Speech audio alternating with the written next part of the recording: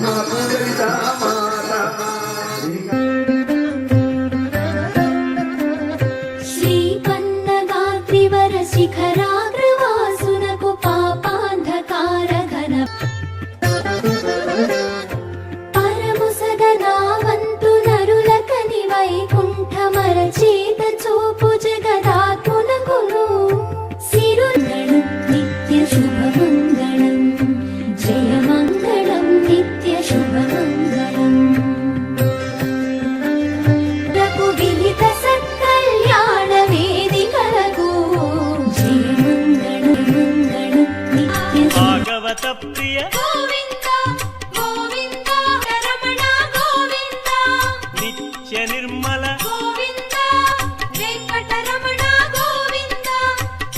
సంహార